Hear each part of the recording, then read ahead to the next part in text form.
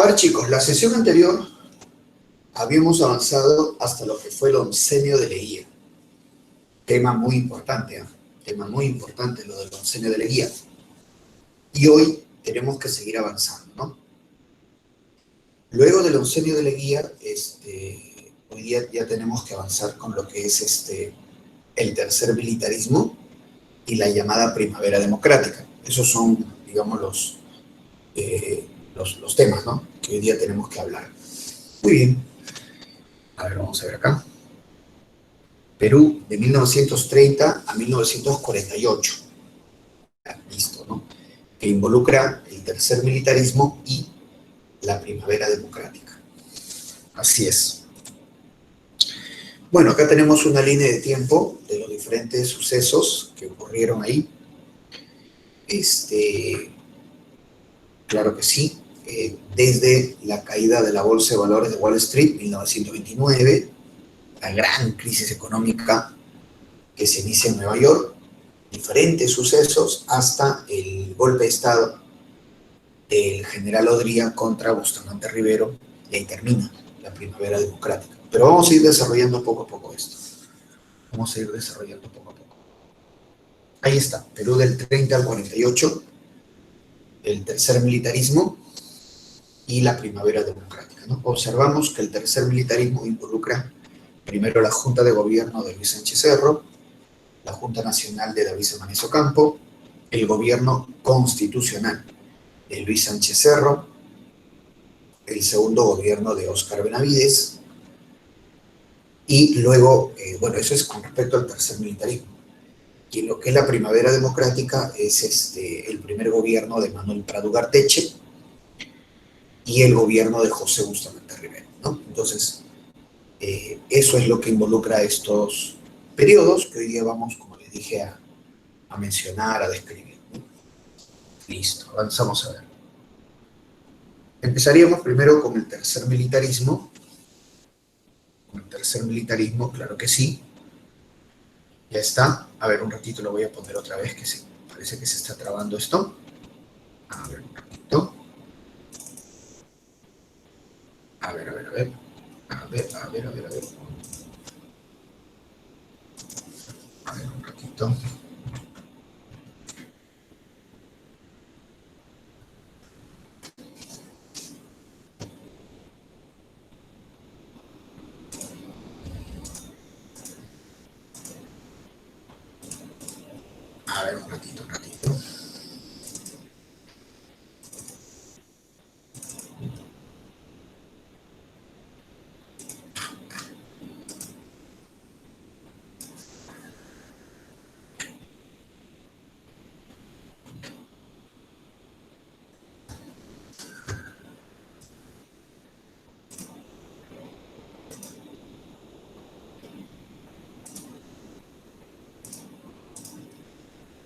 A ver. Ahora sí, creo que ahora sí.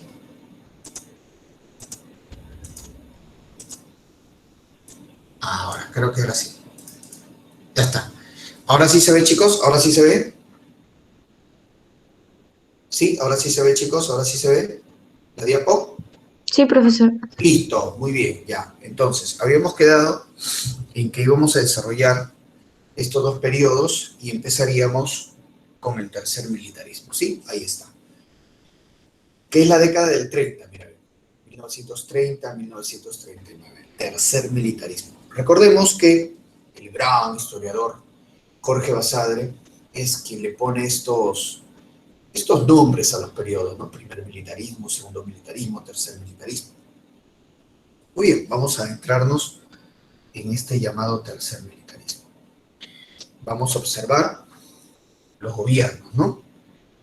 Como yo les había señalado, primero la Junta de Gobierno de Sánchez Cerro, este personaje dio golpe de Estado a Leguía, en 1930. Formó su Junta de Gobierno, ¿no? Ahí está Sánchez Cerro.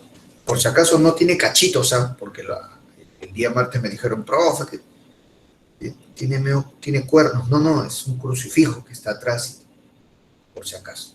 Ahí tenemos a Sánchez Cerro.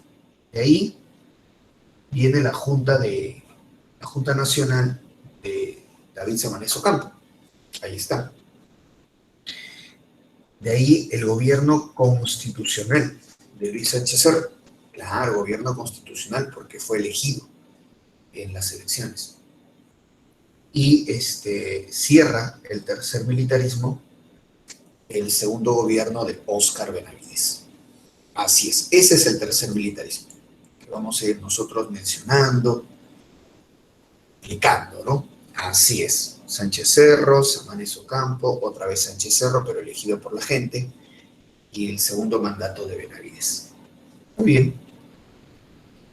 ¿Cuáles son las características de este tercer militarismo? A ver, vamos a ver. Jorge Basadre le dice tercer militarismo, pero también le dice militarismo del temor social. Basadre lo denomina así, del temor social. ¿Por qué?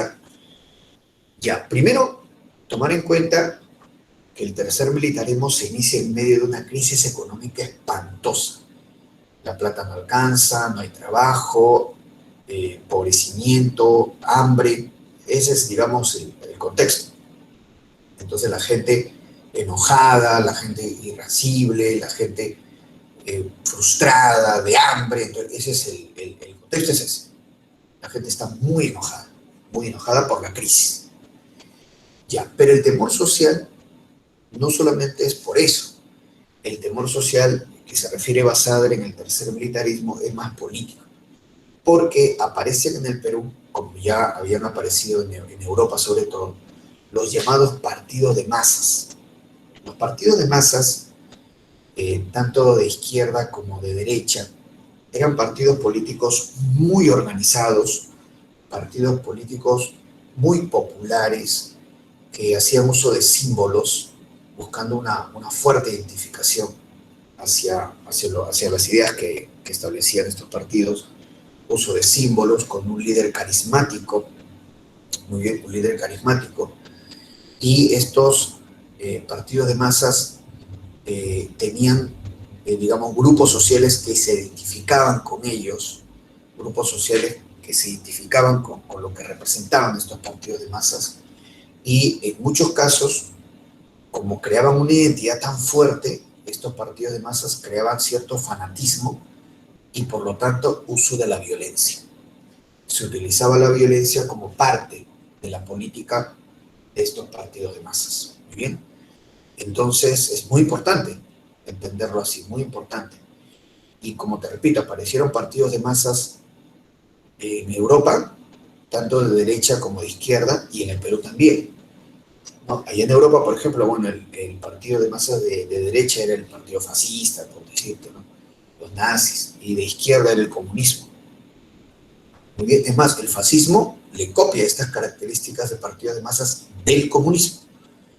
Muy bien, y en el caso del Perú, también había partidos de masas de derecha, la Unión Revolucionaria de Sánchez Cerro, y partidos de masas de izquierda, que era el APRA, el partido aprista de Haya de la Torre. Entonces, el temor social era hacia el protagonismo y la acción de estos partidos de masas, que como te digo, apelaban a la violencia. Muy bien. Entonces, ya la gente estaba enojada por toda la cuestión de la crisis económica, y ahora encima de estos partidos que incentivan más violencia, ¿no? Por eso el temor social.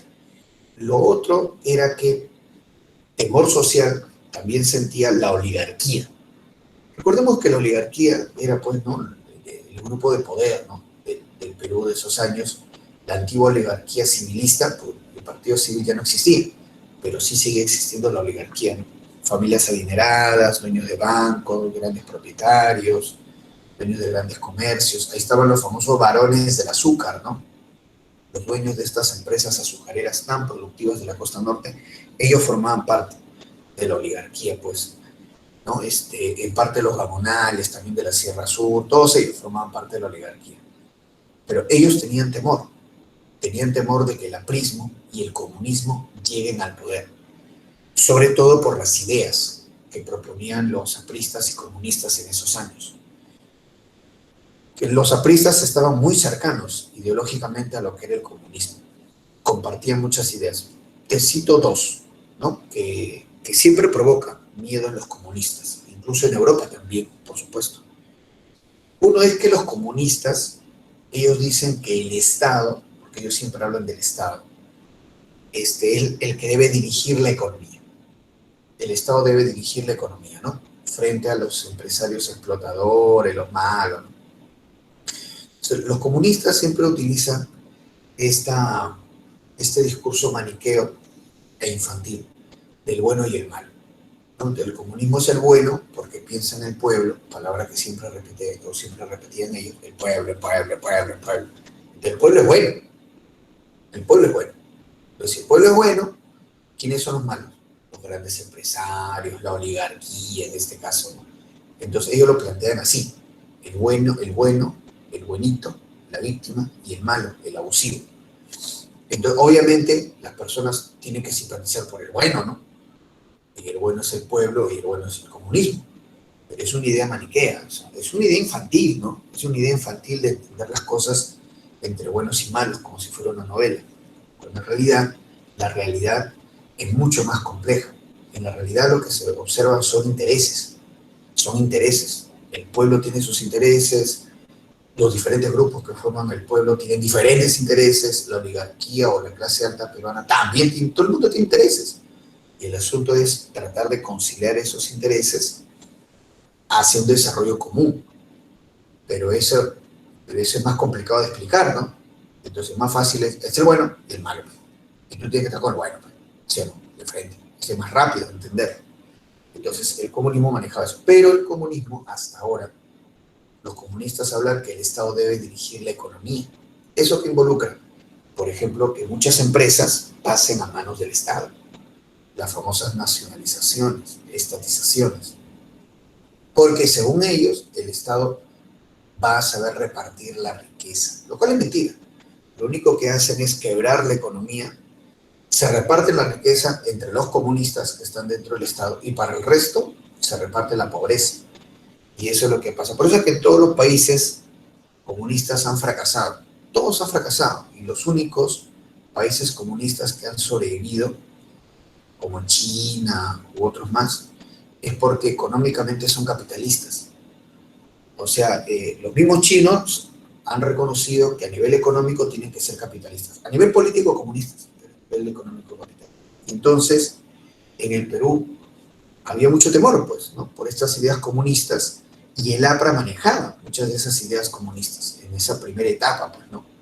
De los grandes empresarios, los grandes banqueros, los grandes comerciantes tenían miedo, porque estos comunistas llegan al poder, o los mismos apristas, y bajo su retórica de que el Estado debe distribuir la riqueza, me van a quitar mis cosas, me van a quitar mis empresas, me van a quitar mis negocios, que tanto esfuerzo, de una u otra manera, pero no he forzado, entonces con un decreto me quitan todo, ¿no? Entonces ese es el miedo, y ese es el miedo que había en la misma Europa, y que va a haber acá en el Perú. Mi tocayo Ernesto me dice: profe, pero para ser comunista no debe desaparecer el Estado. No. Bueno, según la retórica de esa gente, ¿no? Según la retórica, el discurso de esa gente, primero es el socialismo. El socialismo es el caminito hacia el comunismo. El socialismo, y es algo bien curioso, porque en el socialismo el Estado lo abarca todo. En el socialismo el Estado lo es todo. El Estado dirige la economía, el Estado, todo tiene que estar encuadrado dentro del Estado, en el socialismo. Y el socialismo nos va a llevar al comunismo. Y el comunismo es donde ya se supone que no hay Estado, ¿no? Todo el mundo tiene, es la repartición justa de la riqueza, todo el mundo vive feliz, todo el mundo, el comunismo viene a ser el paraíso rojo, como algunos le llaman, que nunca ha ocurrido, pues, que nunca ha ocurrido. Es bien curioso, ¿no? En el socialismo, que es la etapa previa al comunismo, según la retórica de esa gente, en el socialismo el Estado lo es todo. Y luego pasamos al comunismo, donde no hay Estado, o sea, ¿no? En fin. Pero bueno, es una ideología que siempre ha fracasado, lastimosamente, ¿no? Y en el caso de Latinoamérica, países como Cuba, Venezuela lo demuestran, ¿no? El fracaso terrible, terrible que puede ser el socialismo, comunismo, ¿no? Bueno, entonces, la otra idea que manejaban los apristas y comunistas era la idea de la reforma agraria.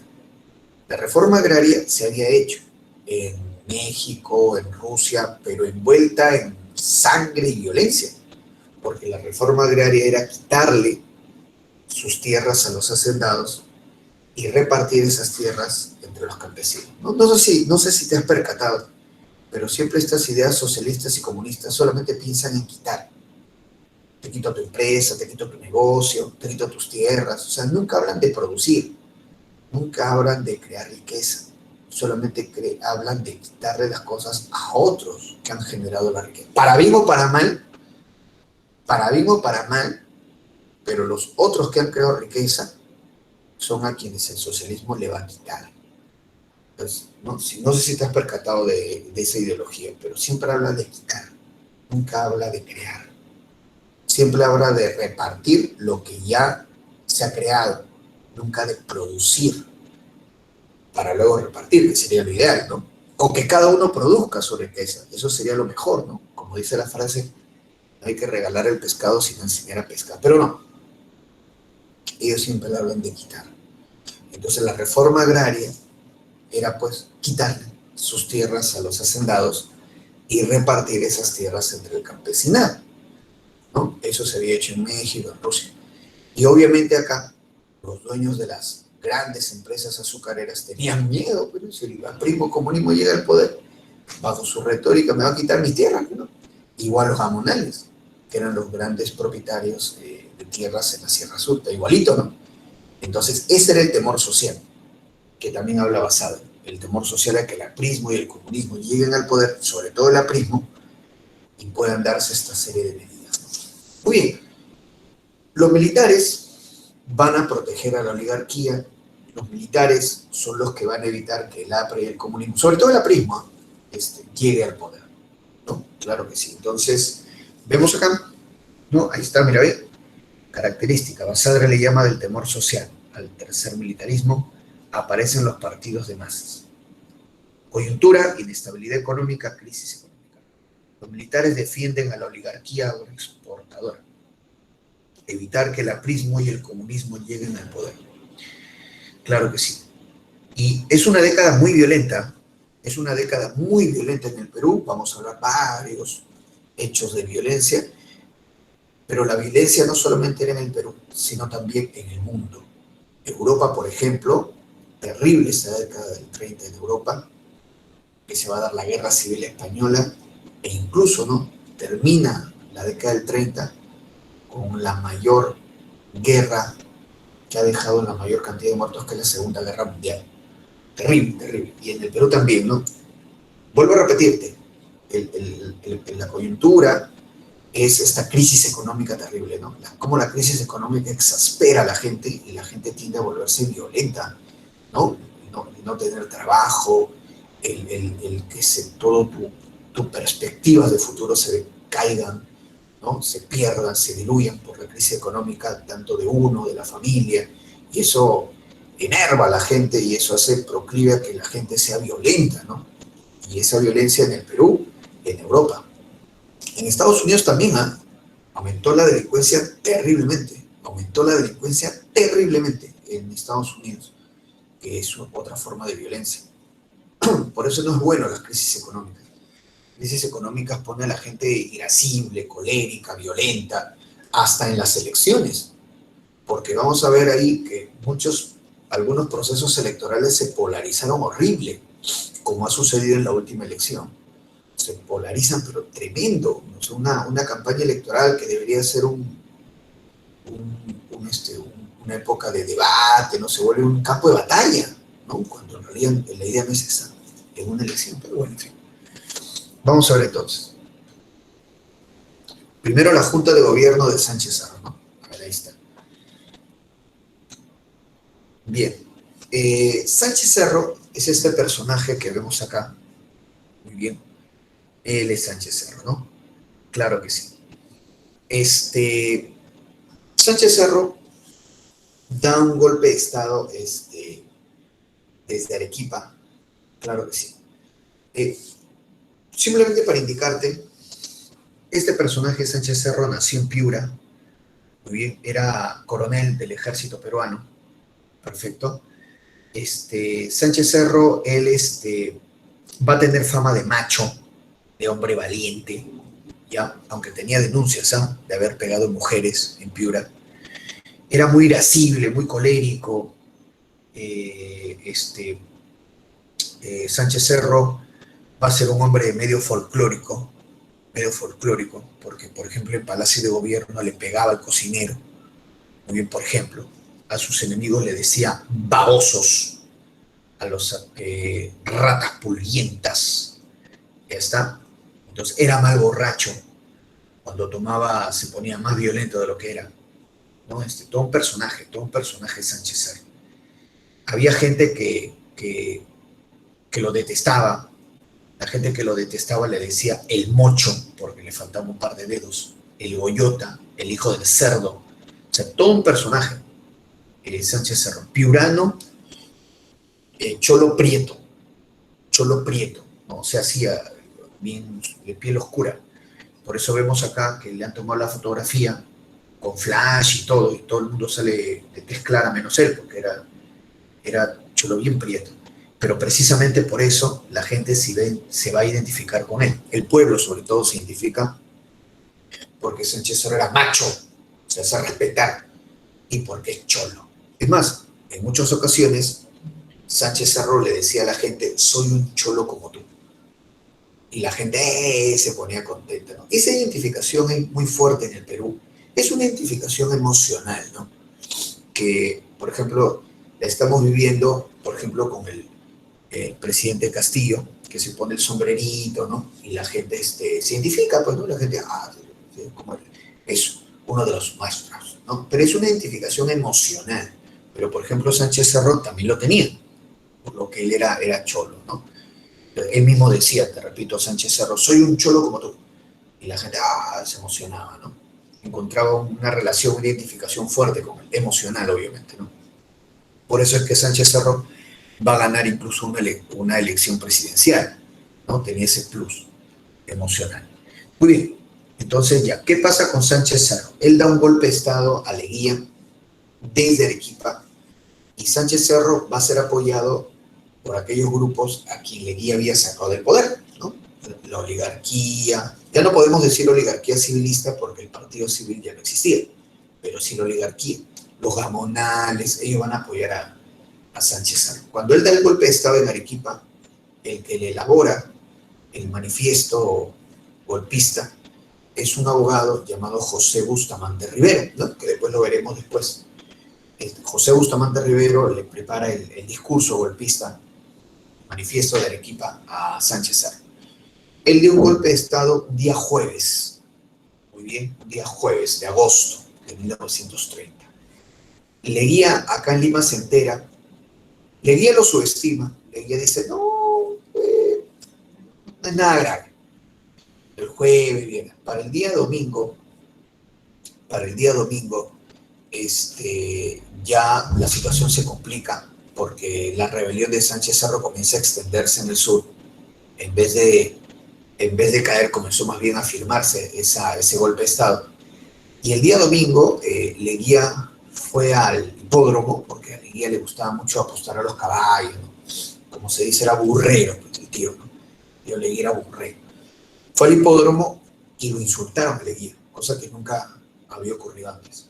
A Leguía lo insultan, lo pifian, él se da cuenta entonces que la situación cada vez está peor, y ahí es donde decide retirarse del hipódromo, y en el momento que él se retira, en el auto presidencial, lo siguen insultando, lo siguen ya agrediendo prácticamente, verbalmente, ¿no? Y ahí es donde Leguía decide ya que, ¿no? Es mejor renunciar. Leguía dijo, voy a pasar mi última noche en Palacio de Gobierno y mañana temprano, lunes, voy al Congreso y renuncio, pero ya se acabó. Que fue a pasar su última noche a Palacio de Gobierno. Y en horas de la madrugada del lunes ya, un grupo de militares entra a Palacio, ¿no? Parece militares que estaban, parecen medio borrachos, con el general Manuel Ponce. Y el general Manuel Ponce le pide la renuncia inmediata, le dice, renuncia. En horas de la madrugada, y Leguía no se complica. Leguía agarra un papel, ya, yo Leguía renuncio, y renunció. Le dejó el mando en Lima al general Manuel Ponce. Y en ese momento, Leguía se va al Callao y tuvo la oportunidad de irse. Él tenía la oportunidad, es más, estaba en un barco, ya para irse, y Leguía dice, no, mejor me quedo a esperar. Ese fue un error terrible de Leguía, porque él debió haberse retirado. Pero él se queda a esperar. Hasta ahora no se sabe qué cosa esperaba, ¿no? No sé qué cosa él creía, que el pueblo lo iba a reclamar, no sé. La cosa es que se queda en el barco, en el puerto del Callao. No escapó. Eso fue la madrugada del lunes. El día martes, o sea, al día siguiente, llega Sánchez Cerro desde Arequipa al primer aeropuerto de Lima, el aeropuerto de Limatambo, en San Borja. Un montón de gente fue a verlo. Querían saber quién es Sánchez Cerro, quién es Sánchez Cerro, ¿no? El macho, ¿no? Ha dado un golpe de Estado, lo ha sacado de guía. El mocho, ¿no? Como te digo, a Sánchez Cerro le decían el macho y el mocho. Ah, entonces la gente fue, un montón de gente, al aeropuerto de Limatambo. Y en avión piloteado por Elmer Fawcett, ya está listo. Y cuando bajan del avión, a la gente le llamó la atención, porque la gente decía, oye, ¿quién es Sánchez Cerro? Yo veo puro cholito nomás bajando, mano. Ese de ahí, ese cholito, el más prieto todavía, ese es Sánchez Cerro. A la gente le llamó la atención, porque no habíamos tenido un presidente así cholo durante el siglo XX. Es decir, en la República Aristocrática habíamos tenido puros presidentes de tez clara, pues, ¿no? Leguía, si bien Leguía era cholo, pero Leguía era un cholo así clarón, ¿no? Como se llama, ¿no? Tez bien clara, ojos claros incluso tenía Leguía. En cambio, Sánchez Cerro sí era bien cholito, pero. Y bueno, recordemos que en el siglo XIX habíamos tenido presidentes así cholos, ¿no? Como Santa Cruz, como Gamarra, como Ramón Casilla, ¿no? El mismo Cáceres también, ¿eh? Si bien el Cáceres era de tez clara, él hablaba así, como campesino ayacuchano, él era de allá, pues, ¿no? En su trato era bien, bien andino, era Cáceres. Pero bueno, y toda la gente le llamó la atención, ¿no? Oye, un cholo como nosotros, un cholo como el Puebla, donde la gente se emociona, ¿no? Y como te digo, generaba simpatía en la población. Sánchez, está bien, un cholo va a gobernar, de la gente, ¿no? ¿No? Solo le faltaba decir, ¿no? 200 años de opresión, ¿no? 500 años con todo ese rollo. Y entonces le faltaba. Y ya, pues, entonces, Sánchez Cerro,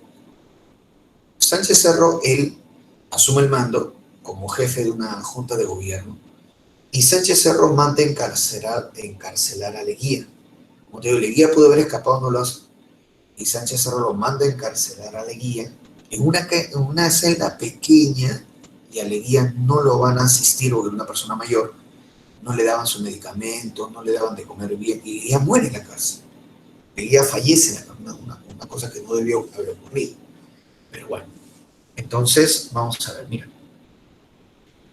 El contexto, recuerda, el contexto es el crack del 29, la gran crisis económica, terrible, ¿no? Y la crisis económica cada vez iba en aumento, cada vez aumentaba, cada año era peor, y la gente con más cólera y todo, ¿no? Muy bien, entonces, vemos acá las acciones de la Junta de Gobierno de Sánchez Cerro. Recordemos también, por si acaso, cuando se da el crack del 29, ¿no? Y la economía norteamericana entra en crisis, el primer efecto en el Perú fue que bajan nuestras exportaciones, porque como Estados Unidos está empobrecido, ya no nos compra lo que le vendemos. El primer efecto es que bajan nuestras exportaciones, y que incluso, recuerda, Leguía, antes de que le den el golpe de Estado, Leguía había cambiado la moneda. La libra peruana lo cambia y pone el sol de oro, como tratando un poco de contener también la inflación que ya se estaba dando. Pero bueno, igual la situación económica fue de mal en peor. Junta de Gobierno de Sánchez Cerro, a ver.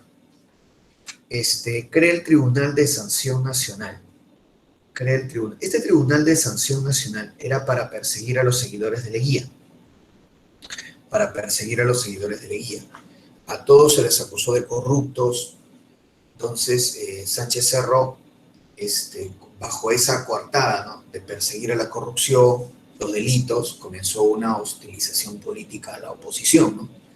En el Perú siempre de vez en cuando ocurre eso, ¿no? Gente que en nombre de la lucha anticorrupción lo que hace es simplemente atacar a la oposición, ¿no? Porque al final son tan corruptos como los que están luchando. Tribunal de Sanción, entonces, para perseguir a los corruptos del gobierno de Leguía muere en la cárcel, como te digo, terrible, terrible. Leguía muere en la cárcel. Luego, Sánchez Cerro, él, por ejemplo, cierra el sindicato, la CGTP, Confederación General de Trabajadores del Perú, porque se dio el famoso incidente de Malpaso, que fue una huelga en Pasco, donde murieron algunos obreros, y Sánchez Cerro decide cerrar ese sindicato. Y cerró la Universidad de San Marcos también. Cerró San Marcos porque, bueno, San Marcos ya era una universidad muy política, ¿no?, como lo es hasta hoy en día. Entonces lo cierra, ¿no? Sánchez Cerro tenía una... Sánchez Cerro era un hombre de derecha. Él, o sea, me refiero pro empresa, a favor de la oligarquía, ¿no?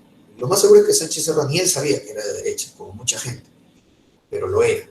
Y por eso él decide cerrar el sindicato, la CGTP, la Universidad de San Marcos, que justamente manejan ideología de izquierda, ¿no? Entonces, bueno, los de la CGTP sabían que era gente de izquierda. Los estudiantes de San Marcos, algunos, incluso hasta hoy en día, ni siquiera se dan cuenta que son de izquierda, pero lo son. Y Sánchez Cerro cierra la Universidad de San Marcos. Muy bien. Es una labor represiva, ¿no? Sánchez Cerro contrata la llamada Misión Kenmer, que es una misión norteamericana para tratar de reactivar la economía peruana. Esta misión Kenmer se había paseado por varios países de Sudamérica, justamente tratando de reactivar la economía. Dicha misión Kenmer la contrata Sánchez Cerro, pero llega un año después. Y cuando después llega la misión Kenmer, esta misión Kenmer auspicia que se funde el Banco Central de Reserva, BCR, y la Superintendencia de Banca y Seguros, SBS. Ahí están, ¿no?, instituciones que hasta ahora existen y que son muy importantes para la economía nacional, sobre todo el BCR, por lo menos hasta ahora. Entonces contrata la misión Kenmer. Dicha misión Kenmer le llega un año después. Y otros sucesos de la Junta de Gobierno de Sánchez Cerro, que eliminó la conscripción vial. Recuerda que la conscripción vial obligaba a todos los peruanos a hacer carreteras, pero se acusaba que en la sierra la conscripción servía para explotar más a los indígenas, ¿no?, la mitad república. Bueno, Sánchez Cerro elimina la conscripción y establece Sánchez Cerro el matrimonio civil. Quiere decir que no solo te vas a casar ante la iglesia, sino sobre todo tienes que casarte en la municipalidad ante la ley. Pero se establece el matrimonio civil, el matrimonio ante la ley, y comienza a debatirse también la idea de la separación ante la ley. Te casas ante la ley, pero también comienza a debatirse la posibilidad de separarte ante la ley, o sea, la ley del divorcio. Comienza a debatirse. Muy bien, ¿no? Ahí está, ¿ven? Matrimonio civil. Perfecto. Tenemos acá, mira, fallece Leguía, pesando 42 kilos, creo, como te digo, pobre Leguía, no le daban de comer, no lo asistían bien y fallece en la cárcel. No debió morir así, Leguía para nada, pero fallece, ¿no? Su entierro fue multitudinario, su entierro fue apoteósico. Muy bien, sí, la gente se acordaba, todas las obras que Leguía había hecho, pese a sus defectos, ¿no? Se acordaba de todo lo que había hecho y su entierro fue apoteósico, el de Leguía. Lástima que no tiene heredero político. No llegó a tener heredero político Leguía. Quizá mejor. Y luego, acá está la misión Kenmer, muy bien, que auspició que se funde el Banco Central de Reserva, Superintendencia de Banca y Seguros. Muy bien. Sánchez Cerro eliminó la conscripción vial, por eso está tachado, cerró San Marcos, cerró la CGTP y dio el matrimonio civil, ¿no? Así es. Ahora, y vamos a ver lo que ocurre.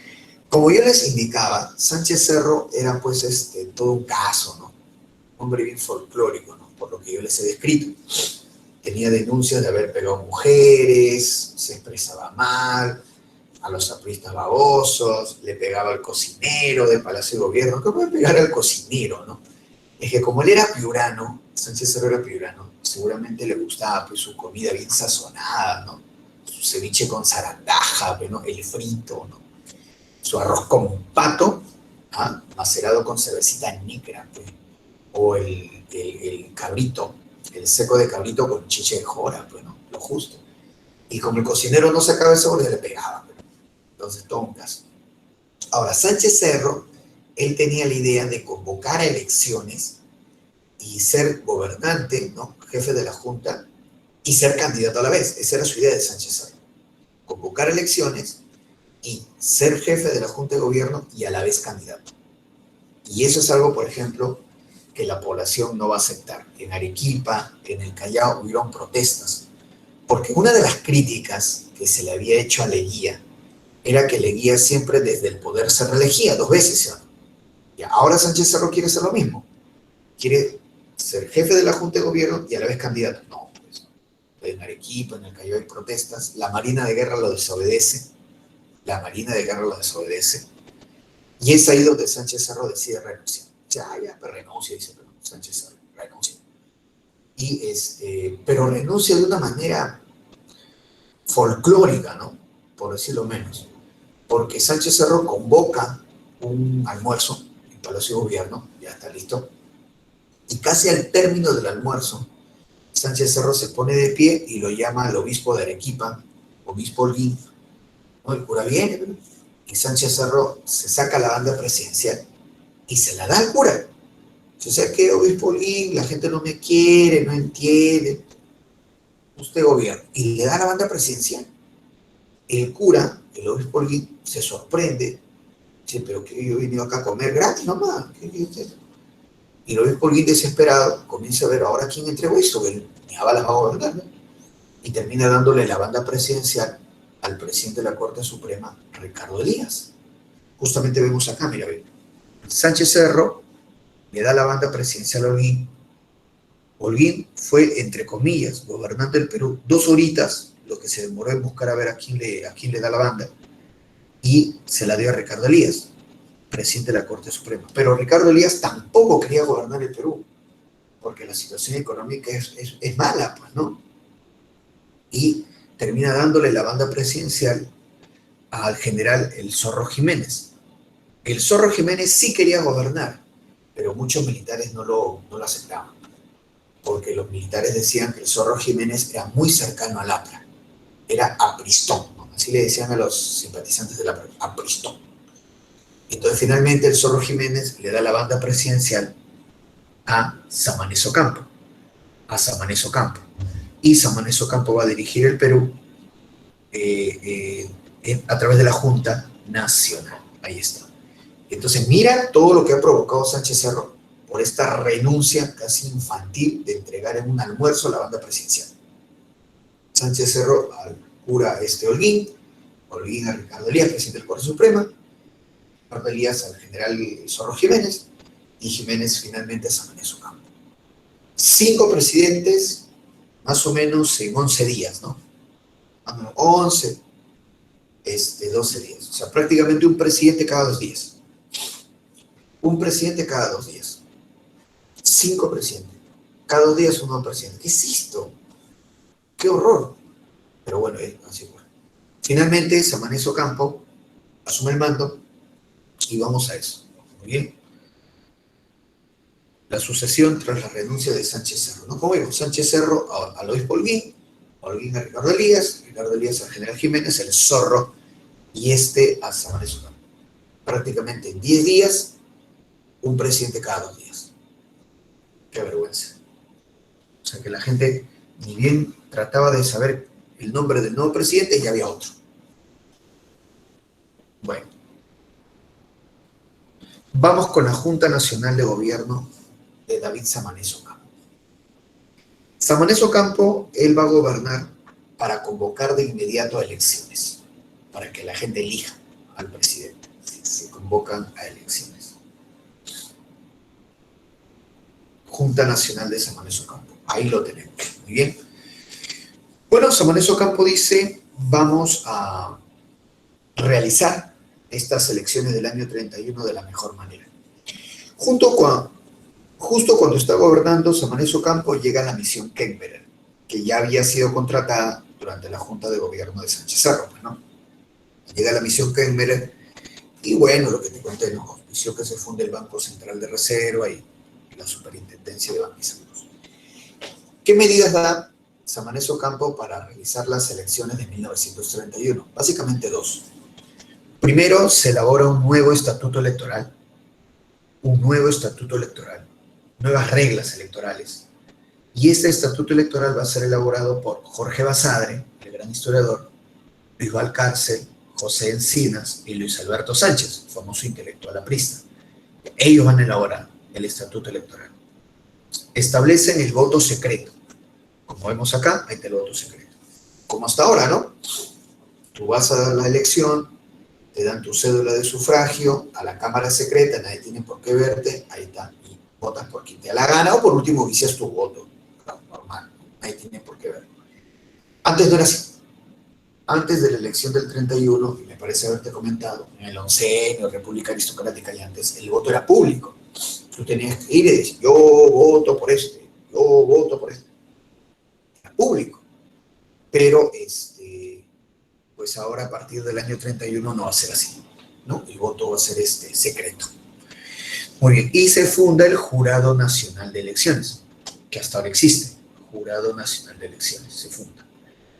Muy bien, ahora la elección del 31 va a ser una elección en medio de una crisis económica fuerte, con un malestar de la población también cada vez más intenso, y por lo tanto la elección del 31 va a ser muy polarizada. Acá está. Esta elección fue terrible, terrible, muy polarizada, ¿no? ¿Qué significa polarizada? O sea, dos posiciones políticas casi irreconciliables, totalmente distantes. Muy bien, a ver. Claro que sí, ¿no? Tenemos primero, a ver, a la derecha, ¿no? Y que viene a ser la derecha política, Luis Sánchez Cerro, ahí está, que había fundado su partido, la Unión Revolucionaria, ¿no? Que era un partido de masas de derecha. Ah, claro, la Unión Revolucionaria, mira, esta era su bandera. ¿Ah? Y como Sánchez Cerro había adoptado ideas fascistas, entonces se ponía también sus seguidores de la Unión Revolucionaria, se ponían la camisa negra fascista, el saludo romano, muy bien, y como buenos fascistas son anticomunistas, antiliberales, pero sobre todo antiapristas. Así es. Muy nacionalistas también, ¿no? Muy nacionalistas. Un líder carismático, Sánchez Cerro. Ya está. Entonces, ahí está, mira, ¿ven? Luis Sánchez Cerro. Partido Unión Revolucionaria, UR, de tendencia fascista, por supuesto, urrista.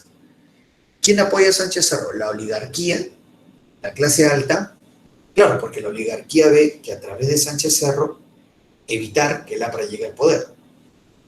Y el pueblo, porque el pueblo simpatizaba, ¿no?, con Sánchez Cerro, que es un hombre del pueblo, soy un cholo como tú, es macho, ¿no? Se hace respetar, e incluso por las denuncias de que había pegado a mujeres, está bien, pero justo, ¿no? ¿Sí o no?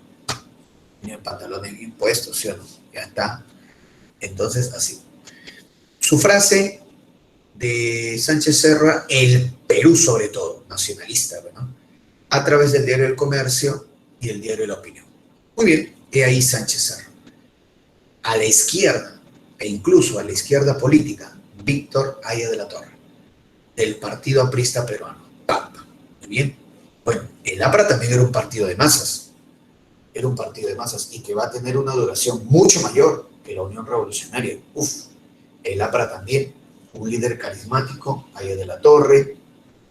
En el caso del APRA, por ejemplo, su bandera, que vamos a ver, ¿no? La bandera aprista, himno aprista, forma de tratarse entre ellos, compañeros, compañeros se trataban los apristas, y tiene base social, sí, la clase media, parte de la clase media era aprista, y el llamado sólido norte, el sólido norte que eran los trabajadores y obreros cañeros de las empresas azucareras y de las ciudades de la costa norte, Trujillo, Chiclayo, Huaraz, Cajamarca, Piura, eran recontrapristas. Ahí de la Torre era de allá, pues. Ahí de la Torre era trujillano. ¿Pero por qué? los cañeros, los obreros de las empresas azucareras eran apristas, por la idea de la reforma agraria. Todos los trabajadores de las empresas azucareras tenían la expectativa de que si el APRA ganara, ejecutara la reforma agraria, recordemos, la reforma agraria, quitar las tierras a los hacendados y darle esas tierras a los campesinos. Por eso es que se hablaba del sólido norte, muy bien, de los apristas. Su frase del APRA es SEASAP, SEASAP, que significa solo el APRA salvará al Perú. SEASAP. Y qué curioso, ¿no? Solo el APRA salvará. No dice modernizará, mejorará, no dice salvará, por favor, salvará. Que ahí de la Torre es un salvador, que es un grupo religioso. Yo te he dicho que estos partidos de masas, como generaban una identidad bien fuerte en sus seguidores, a veces los fanatizaban, pues. Y sí, parecían a ratos, más que un partido, parecía una secta. Es más, al APRA muchas veces le decían así, la secta, donde solo el APRA salvará. Y cuando moría un aprista, lo consideraban mártir, mártir, como los primeros cristianos, mártir, un santo, una cosa así. Claro que sí. Tanto la Unión Revolucionaria como el APRA hacían uso de la violencia. Ojo, ahí queda la forma de entender la política en la década del 30. Periódico que apoya al APRA, La Tribuna. Bueno, la gente fue a votar, ¿verdad? ¿Quiénes votaban? Hombres mayores de 21 años, alfabetos, ya está. Y triunfó Sánchez Cerro, con el 51%. Gana Sánchez Cerro y Aya de la Torre con 35%. Sin embargo, como la elección fue muy polarizada, entonces los apristas no aceptaron su derrota. No, los apristas hablaron de fraude, hablaban del anforazo, los apristas, del anforazo, ¿muy bien? Bueno, entonces los apristas no van a aceptar su derrota, y durante todo el gobierno constitucional de Sánchez Cerro los apristas van a estar promoviendo actos de violencia. Es más, un aprista terminó matando a Sánchez Cerro, ¿muy bien? Sí, una década muy violenta, ojo. Vamos con el gobierno constitucional de Luis Sánchez Cerro, ¿sí? A ver. Tenemos ahí a Sánchez Cerro con sus ideas fascistas, anticomunista, antiliberal, sobre todo antiaprista. Muy bien. Ahora, en el Partido Unión Revolucionaria, Sánchez Cerro era el líder, pero había un joven que era el ideólogo, un joven que sí manejaba bien las ideas teóricas fascistas, le preparaba los discursos, incluso Sánchez Cerro, muchacho, Luis Flores. Luis Flores es el ideólogo del partido de Sánchez Cerro, de la Unión Revolucionaria, Luis Flores. Bien, ahí está con su salido fascista, ahí está su frase, el Perú sobre todo, Sánchez Cerro. Por otro lado está Víctor Raúl Aya de la Torre, ¿no? Ahí está el diario de los apristas, La Tribuna, el himno aprista, La Marsellesa, su bandera de Indoamérica, se llamaban compañeros, algunos le decían la secta al APRA. Gobierno constitucional de Sánchez Cerro. A ver, Sánchez Cerro da la ley de emergencia para perseguir a la oposición, sobre todo al APRA. Sánchez Cerro, por ejemplo, a los congresistas apristas los votó del Parlamento. A los congresistas del APRA los votó del Parlamento, Sánchez Cerro, sí. Y dio la ley de emergencia. 2 veces los apristas atentaron contra Sánchez Cerro. 2 veces. La primera vez, Sánchez Cerro estaba en una iglesia en Miraflores, día domingo, rezando, ¿no? Sánchez Cerro, y un aprista viene, 2 balazos. Un balazo le dio a Sánchez Cerro, pero no fue mortal. Muy bien, pero ya ese es su primer atentado. A raíz de ese atentado, Sánchez Cerro se enoja y manda a encarcelar a Aya de la Torre. Lo manda a encarcelar. ¿Bien? Sí. Y mira, Sánchez Cerro manda que Aya de la Torre sea encarcelado en la misma carceleta donde había muerto Leguía. O sea, ahí en donde estaba penando Leguía, ahí lo mandan a Víctor Raúl Aya de la Torre. ¿Bien? Pero los apristas, muy apasionados, muy fanatizados, los apristas preparan una rebelión. ¿no? Una rebelión, que lo van a realizar en Trujillo. Pero como Haya estaba en la cárcel, entonces el que lidera la rebelión aprista va a ser otro llamado el Búfalo Barreto. La rebelión aprista en Trujillo, la Constitución de 1933, el incidente Leticia. Vamos viendo eso poco a poco. Revolución aprista en Trujillo. Muy bien, Haya de la Torre estaba en la cárcel. Lidera la rebelión aprista este personaje que vemos acá, Manuel el Búfalo Barreto. Los apristas van a tomar el cuartel O'Donovan en Trujillo. La idea de los apristas era tomar el armamento del cuartel O'Donovan, que así lo hicieron, y rebelar a toda la ciudad. Cuando toman los apristas el cuartel O'Donovan, muere el Búfalo Barreto, pero el objetivo se había logrado. Los apristas toman el armamento del cuartel y proclaman a Trujillo ciudad revolucionaria, proclaman un prefecto revolucionario. Muy bien. Desde Lima, Sánchez Cerro ordena al ejército tomar a sangre y fuego Trujillo. Entonces, mire el escenario al cual nos había llevado el partido aprista en Trujillo. Apristas peruanos contra militares peruanos. ¿Cómo se llama cuando se enfrentan del mismo país? ¿Te acuerdas? ¿Cómo se llamaba cuando se enfrentaban del mismo país? Mis estimados alumnos, ¿cómo se llamaba cuando se enfrentaban del mismo país? ¿Te acuerdas? Claro, la guerra civil. Prácticamente el APRA es el único partido político hasta ahora, ¿no?, que nos ha llevado a ese escenario, ¿no? Una guerra civil. Que los apristas tomaron la ciudad de Trujillo y Sánchez Cerro ordena al ejército tomar por asalto dicha ciudad. Ahora, los apristas se loquearon porque los apristas mataron 51 guardias civiles, ¿sabes? Sí. Y el ejército va, primero bombardean Trujillo y de ahí el ejército entra con todo. El ejército tomó 600 prisioneros que van a ser fusilados en las famosas ruinas de Chanchán. Esas son las matanzas de Chanchán. Aquí vemos una pintura de Felipe Cosio, justamente, ¿no? Fusilamientos en Chanchán. Más de 600 personas fueron fusiladas en Chanchán. Muchos apristas, pero también gente inocente. Como no habíamos tenido tanta violencia, ¿no?, en décadas, una ciudad rebelada, bombardeada, tomar por asalto Trujillo, 600 fusilados, a 1932 se le va a llamar así, pues, el año de la barbarie. Así es. Y acá hay otras escenas de la rebelión aprista en Trujillo, ¿no? Ahí está.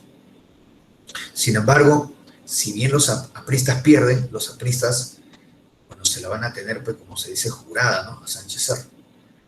Tenemos por acá la Constitución de 1933, que es la número 10 de las 12 que hasta ahora hemos tenido. Esta Constitución del año 33 tiene 3 novedades. La primera, que le otorga más poderes al Parlamento. Esta Constitución le otorga la posibilidad de la censura al Parlamento, ¿no? Por primera vez se le otorga la atribución de la censura al Parlamento. ¿Qué significa la censura? Que el Parlamento manda a llevar un ministro y le pide explicaciones. Si el Parlamento considera que las explicaciones del ministro no son satisfactorias, lo censura. El ministro tiene que renunciar. Si es el caso del presidente del Consejo de Ministros, el que es censurado, no solamente renuncia el presidente del Consejo de Ministros, todos los ministros más, todo el gabinete. Primera vez que una Constitución le otorga la capacidad de la censura a un Parlamento. Eso fue el artículo 172. De ahí, la Constitución esta le otorga el voto a las mujeres, pero en elecciones municipales, que nunca se hicieron. Pero la Constitución le otorga el voto a las mujeres para elecciones municipales. Y lo otro, la Constitución del 33 prohibía en el Perú que existan partidos políticos internacionales. No podían haber partidos políticos internacionales. De inmediato, el APRA y el comunismo son declaradas ilegales, porque el APRA, ¿dónde se fundó? En México, es internacional. Los comunistas trabajan con la Unión Soviética, internacional. No partidos políticos internacionales en el Perú. APRA y comunismo ilegales. Bueno, se da el incidente de Leticia. Leticia fue un pueblito que el Perú entregó a Colombia en el Tratado Salomón Lozano. 10.000 peruanos. Pero los peruanos de Leticia no querían ser colombianos. Ellos querían seguir siendo peruanos. Sánchez Cerro tenía la idea de una guerra con Colombia para recuperar Leticia. Y precisamente cuando Sánchez Cerro tomó lista a los soldados que él iba a enviar a esa guerra con Colombia, en el hipódromo de Santa Beatriz, delante de esos soldados, lo matan a Sánchez Cerro. ¿Quién? Un aprista. Acá vemos, mira, Sánchez Cerro tomó lista a los soldados, hipódromo Santa Beatriz. Luego de tomar lista a los soldados, Sánchez Cerro se iba en el auto presidencial y ocurrió esto. Está yéndose el auto presidencial y de entre la gente corre el aprista, Abelardo Mendoza, se sube la capota, 3 balazos en la espalda a Sánchez Cerro, muere Sánchez Cerro. Muy bien, terrible, ¿eh? Una cosa terrible. Entonces, el APRA es el único partido político que nos ha llevado a prácticamente una guerra civil, Trujillo por lo menos, y que caramba, ¿no? Un aprista asesine a un presidente de la República. Sí, nunca se había visto eso, ¿no? Cosa realmente muy atrevida, ¿no? Ningún otro partido político hasta ahora ha matado a un presidente de la República, ¿no? El único es el APRA, ni Sendero. Entonces, muere Sánchez Cerro. Ese mismo día del asesinato de Sánchez Cerro, los congresistas se reunieron de emergencia, estaban asustados los congresistas. Pensaban que el APRA se iba a volver a rebelar en Trujillo, en Huaraz, en Cajamarca, otra guerra civil. No, apocalipsis, Armagedón, juicio final. Tan asustados estaban los congresistas que nombran como presidente un militar para que se enfrente al APRA, al general Óscar Benavides, que es ahí. Lo nombran presidente al general Óscar Benavides. Y bueno, vamos entonces con el segundo gobierno de Benavides. Ahí está. Segundo gobierno de Óscar Benavides. Mira, este segundo gobierno de Benavides, tras el asesinato de Sánchez Cerro, el segundo mandato de Benavides tiene la siguiente frase: paz, orden y trabajo. Vamos a ver entonces qué consiste esto. Paz, orden y trabajo. Ahí está Benavides. 3 problemas graves tiene Benavides: la posible guerra con Colombia para recuperar Leticia, crisis económica y el enfrentamiento con el APRA. Benavides tiene suerte porque el presidente de Colombia de esos años, Alfonso López, era su amigo. Se habían conocido en Europa. Es más, el presidente de Colombia, Alfonso López, viene a Lima y habla con Benavides. Bueno, Benavides y el presidente de Colombia, López, llegó a un arreglo. A ninguno de los dos le conviene la guerra porque no hay dinero. El que había iniciado todo el problema era Sánchez Cerro, pero Sánchez Cerro está muerto. Entonces, que quede el asunto ahí. Entonces, no va a haber guerra. Se firma más bien un protocolo de amistad con Colombia. Acá está. Un protocolo de amistad, donde se ratifica el Tratado Salomón Lozano y el pueblo de Leticia es de Colombia y se acabó. No va a haber guerra. Protocolo de amistad. Benavides tiene temor de que la gente reciba mal este protocolo de amistad con Colombia, como que ha rehuido de la guerra. ¿Qué hace Benavides? Negocia con Haya de la Torre. Recuerda que Haya de la Torre está en la cárcel. Benavides le dice: Haya, el Congreso va a dar una ley de amnistía, o sea, un perdón político. Tú y tus apristas van a salir libres. Haya contento. Benavides le dice: pero un momentito, hermano, te vamos a dar tu libertad con una ley de amnistía, pero a cambio de que tú apoyes la paz que he firmado con Colombia. ¿Se puede o no? Haya era un político que siempre le gustaba negociar. Claro que aceptó. Ya, chévere. Pues se da la ley de amnistía, Haya y todos los apristas salen libres, y lo primero que hace Haya de la Torre es apoyar la paz que se había firmado con Colombia. Entonces, mira, no hay guerra con Colombia, se lleva bien con el APRA, falta lo de la crisis. Y para tratar de salir de la crisis económica, Benavides hace bastantes obras para reactivar la economía, generar puestos de trabajo. Carretera Central, Carretera Panamericana, termina de construir Palacio de Justicia, Palacio de Gobierno, para reactivar la economía. Y sí, lo logró. Entonces, mira qué tal diferencia, ¿no? Un presidente como Sánchez Cerro, que solamente hacía problemas, era más inútil, y encima mal hablado. Y ahora Benavides, que soluciona los problemas, ¿no? Paz con Colombia, se lleva bien con el APRA, obras para reactivar la economía. ¿Qué es lo que la gente quiere, no? Que la economía le vaya bien, tener chamba, vivir tranquilo, ¿no? Sin mayores preocupaciones que las que siempre hay. Benavides crea el Ministerio de Educación, ¿eh? Y el Ministerio de Salud. Ministerio de Educación, Ministerio de Salud. Benavides da el seguro a los obreros.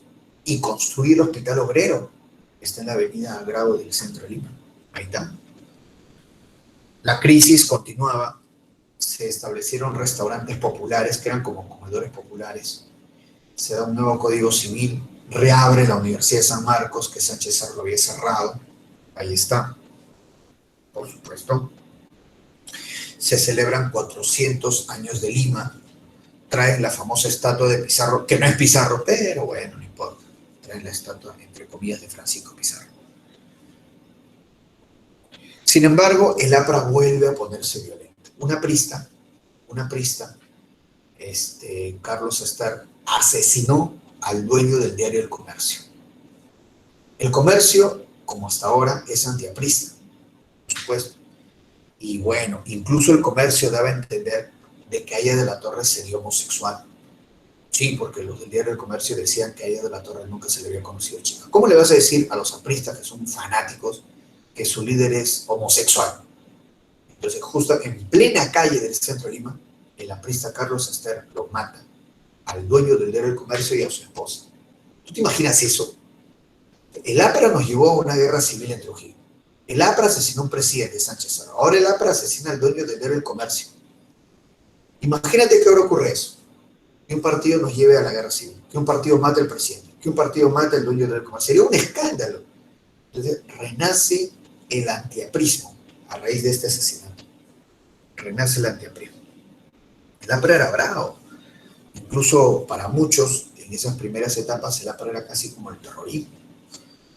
Claro que sí. Elección del año 36. Frustrada elección.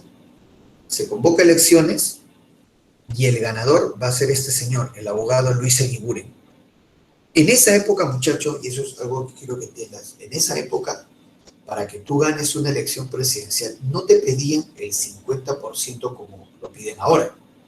Ahora para ganar tienes que tener más del 50%. En esa época no.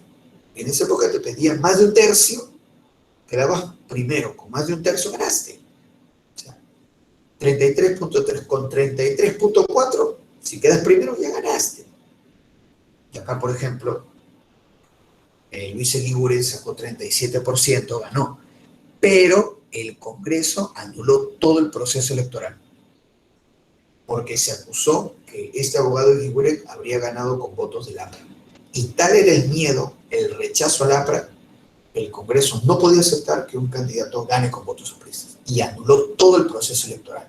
Anuló todo, como si nunca se hubiera hecho. Y le dio 3 años más de mandato a Benavides, hasta el año 39. Por eso frustrada elección, frustrado triunfo electoral de Eguiguren, ¿no? Acusado de que los apristas habían votado por él, le anularon su victoria electoral.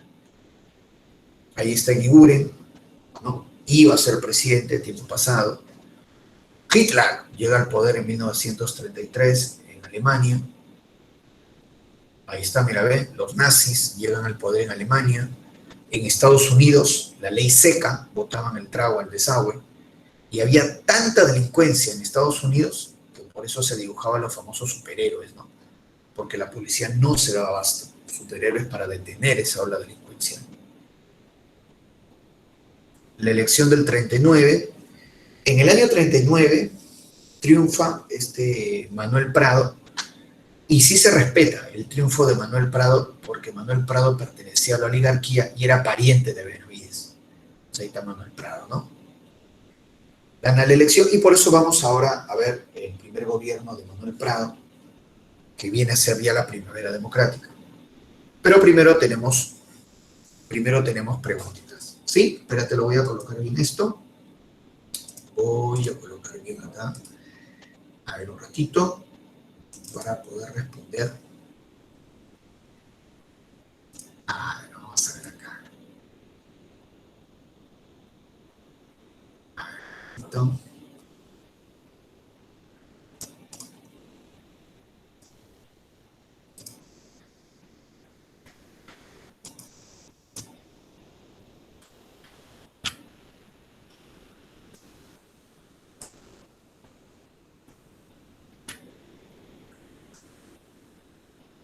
Un ratito, chicos, que lo estoy colocando bien esto.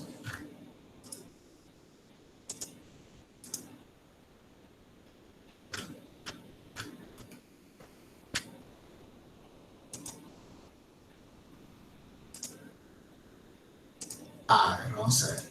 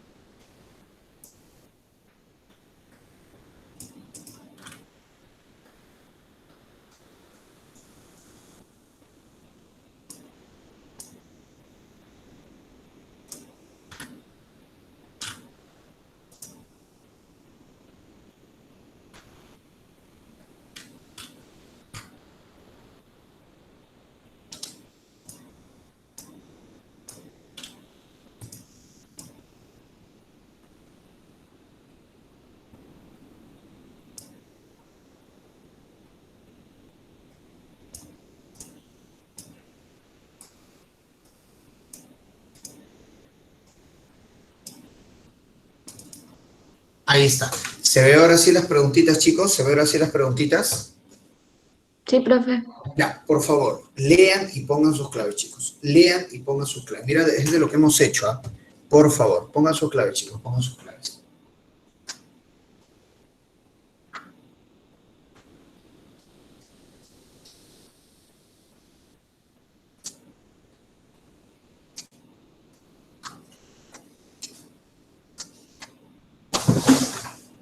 Pongan sus claves, chicos.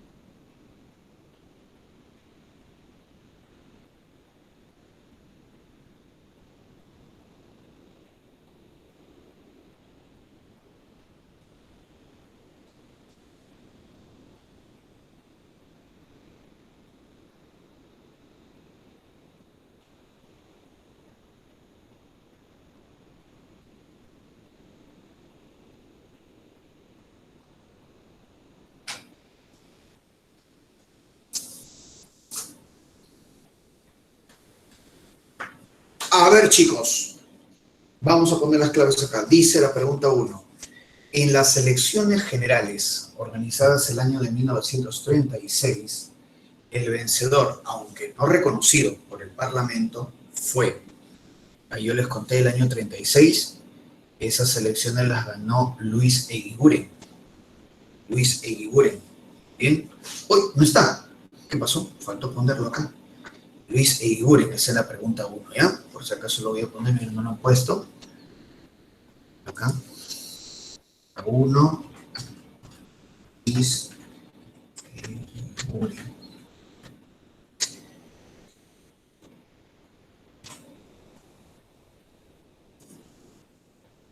Así es, la 1 es Luis Eguiguren. Muy bien, ahí lo he puesto en el chat. Gana la elección Luis Eguiguren, debió haber sido presidente, pero el Parlamento no le aceptó su victoria electoral, ¿no? No le aceptaron porque acusaron de que los apristas habían votado por él, y tal era el rechazo al APRA que no se podía aceptar ni siquiera que un candidato gane con votos apristas, ¿no? Entonces, en la 1 es Luis Eguiguren. Vamos con la 2. Dice, las medidas tributarias de la Constitución de 1933 se inspiraron en la llamada misión, bueno, esta misión económica que contrató la Junta de Gobierno de Sánchez Cerro, la famosa misión Kelmerer, ¿no? La misión Kelmerer no solamente inspiró medidas tributarias, sino también que se funde el Banco Central de Reserva y la Superintendencia de Banquiseguros. 2 delitos. 3. La crisis del capitalismo mundial, conocido como la Gran Depresión, trajo consigo. Bien. Bueno, justamente el primer efecto en nuestro país fue que bajaron nuestras exportaciones, caída de las exportaciones, porque Estados Unidos, que era ya nuestro principal socio comercial, no tiene dinero, no tiene para comprarnos, bajan nuestras exportaciones. 3, agüita. 3, agüita. 4. El partido político que representó el coronel Luis Sánchez Cerro en las elecciones del año 31, bueno, su partido, ¿no? La Unión Revolucionaria, UR, de tendencia fascista, ¿no? Anticomunista, antiliberal y sobre todo antiaprista. Entonces, 4, casa. 4, casa. ¿Cómo queda la primera columna entonces? ¿Cómo queda la primera columna? La 1 es Luis Eguiguren, que no está en las claves, bueno. La 1 es Luis Eguiguren. 2 es dedo. 3, agüita. Y 4, casa. 1, Luis Eguiguren. 2, dedo. 3, agüita. Y 4, casa. Vamos con la segunda columna, a ver. La segunda columna dice, durante la Junta de Gobierno de 1930, el coronel Luis Sánchez Cerro, ¿qué hizo? Agüita, cerró la Universidad de San Marcos, pues claro, él cerró la Universidad de San Marcos y cerró el sindicato, la CGTP, Confederación General de Trabajadores del Perú, también lo cerró. 5, agüita. 5, agüita. Muy bien. 6. El gobierno constitucional de Luis Sánchez Cerro se caracterizó por su marcada tendencia, bueno, él era fascista, ¿no? Fascista, claro que sí, ¿no?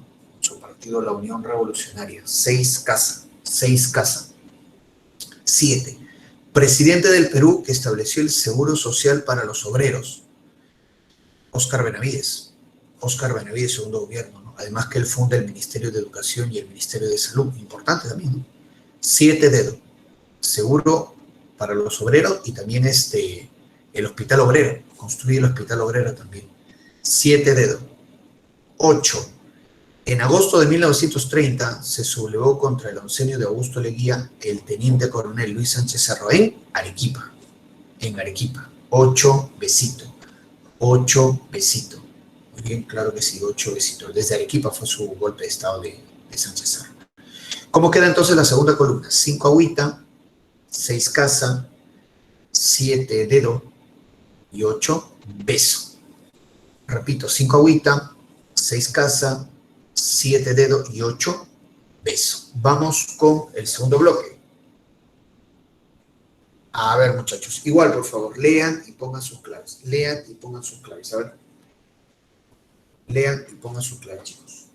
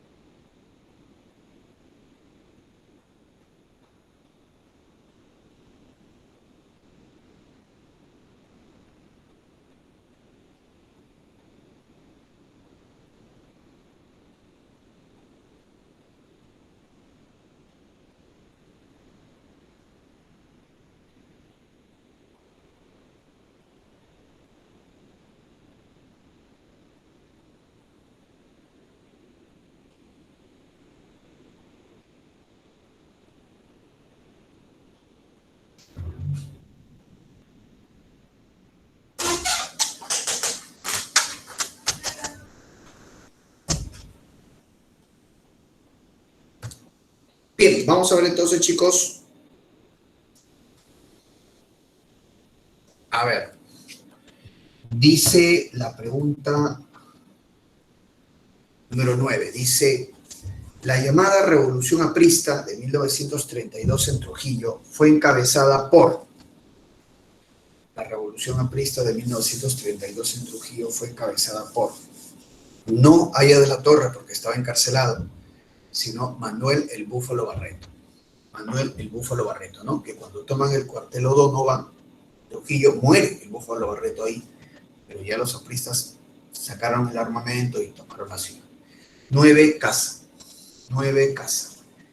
10. El gobierno de Luis Sánchez Cerro también es calificado como los años terribles, y la región política más convulsionada fue Trujillo, en La Libertad. Trujillo en La Libertad, ¿no? Porque ahí se generó casi una situación de guerra civil. 10, Besito. 10, Besito. 11. Intelectual que participó en la elaboración del Estatuto Electoral de 1931. ¿No? Intelectual aprista, incluso habría que decir, ¿no? Bueno, pero en este caso, solamente intelectual es Jorge Basadre. Jorge Basadre, ¿no? Basadre no fue aprista, sino que lo confundía con Luis Alberto Sánchez, que sí era aprista. 11, Besito. 11, Besito. 12. Abelardo Mendoza Leiva asesinó al presidente Luis Sánchez Cerro en el hipódromo de Santa Beatriz. Este personaje se relacionó al partido político al APRA, el partido aprista. 12, Dedo. 12, Dedo. ¿Cómo queda entonces la primera columna? 9, Casa. 10, Besito.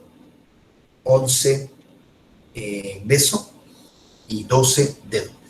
Repito, 9, Casa. 10, Beso. 11, Beso. Y 12, Dedo. Bien, así es. Vamos con la segunda columna, a ver qué dice la 13. No corresponde al gobierno constitucional del comandante Luis Sánchez Cerro. No corresponde, dice la 13, ¿eh? No corresponde. El gobierno constitucional. Respuesta, agüita. Respuesta, agüita. Porque el Sol de Oro como unidad monetaria ya lo había establecido Leguía antes que lo saquen del poder. 13, agüita. 13, agüita. 14. El triunfo electoral de Luis Antonio Eguiguren fue anulado por el Congreso con el siguiente argumento. Bueno, recuerda que el Congreso dijo que los apristas habían votado por él, ¿no? Y que no podían aceptar eso. 14, Beso. El endoso. Endoso significa apoyo, ¿no? Apoyo electoral de votos apristas. 14, Beso. 14, Beso. Bien, así es. ¿Listo? 14, Beso. 15. Representantes del tercer militarismo. Representantes del tercer militarismo, dice la 15. Sánchez Cerro y Benavides, ¿no? Sánchez Cerro y Benavides. Sánchez Cerro y Benavides. Muy bien, entonces 15 Casa. 15 Casa. 16. Promulgó el estatuto electoral que estableció el voto secreto y el Jurado Nacional de Elecciones. La 16 es Samanes Ocampo, ¿no? La Junta Nacional de Samanes Ocampo, para realizar las elecciones del año 31. 16 Casa. 16 Casa. ¿Cómo queda entonces la segunda columna? 13 Agüita, 14 Beso, 15 Casa y 16 Casa. Muy bien, a ver, repito. 13 Agüita, 14 Beso, 15 Casa y 16 Casa. Muy bien, así es. Así es, muy bien. Profesor, Perfecto. Dime. Un compañero quiere saber las claves de la 1 a la 8. A ver, lo retrocedemos para darte las claves. A ver, de la 1 a la 8, la 1 habíamos dicho que es Luis Eguiguren, solo que no está en las claves, ahí parece que había un error, pero la respuesta de la pregunta 1 es Luis Eguiguren. La 2 es Dedo. 2 Dedo, 3 Agüita, 4 es Casa. 4 es Casa. 5 es Agüita. 5 es Agüita. 6 es Casa. 7 es Dedo. y 8 es beso. 7 dedo y 8 es beso. Ahí está. ¿Listo? Bien, vamos a continuar entonces. Pongo ahora las diapositivas correspondientes al tema que ahorita nos toca. Bien, vamos a ver entonces. A ver, vamos a ver entonces con esto.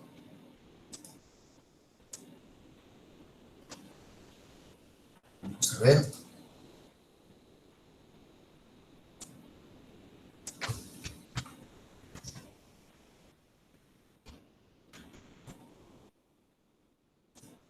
A ver, un ratito.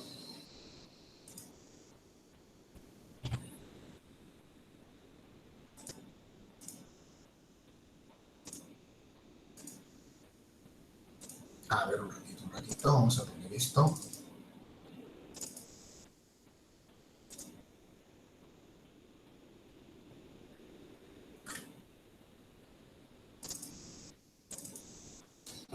A ver, un ratito, chicos, que lo estoy colocando estas diapositivas.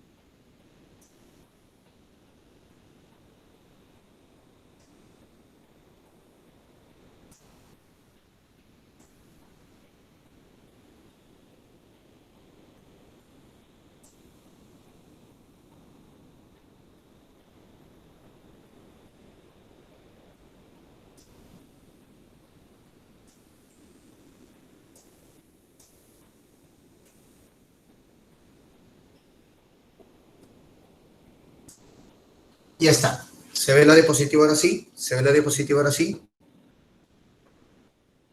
¿Sí se ve la diapositiva, chicos? Sí, profesor. Muy bien, vamos a ver entonces. Ya hemos hecho el tercer militarismo, entonces ahora tenemos que hacer la llamada primavera democrática. Muy bien. ¿Por qué se le va a llamar así a este periodo primavera democrática? Porque el Perú, de haber vivido una época tan violenta, que fue la década del 30, con un amago de guerra civil en Trujillo, con el asesinato de un presidente de la República, Sánchez Cerro, con el asesinato del dueño del diario El Comercio, el señor Antonio Miro Quesada. Luego de una época, de una década tan violenta, vamos a pasar a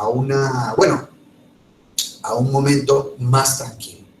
La primavera democrática va a ser un momento de tranquilidad, sin violencia política, paz social prácticamente. ¿Y cómo sí? ¿Cómo llegamos de un momento tan violento a una época relativamente mucho más tranquila? Primavera democrática, ¿no? Uno puede pensar, profe, de repente los políticos peruanos entendieron que debían trabajar, ¿no? Juntos, apoyarse mutuamente para sacar a este pobre país llamado Perú adelante.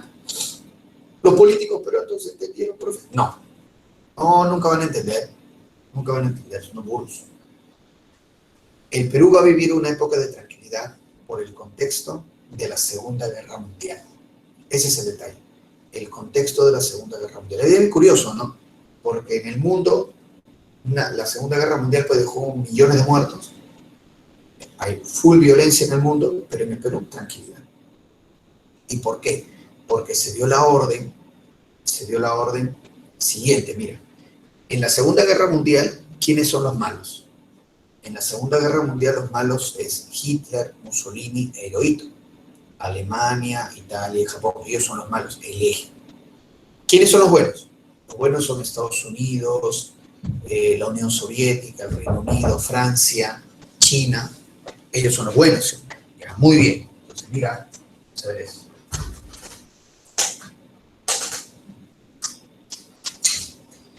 Entonces, mira, ya.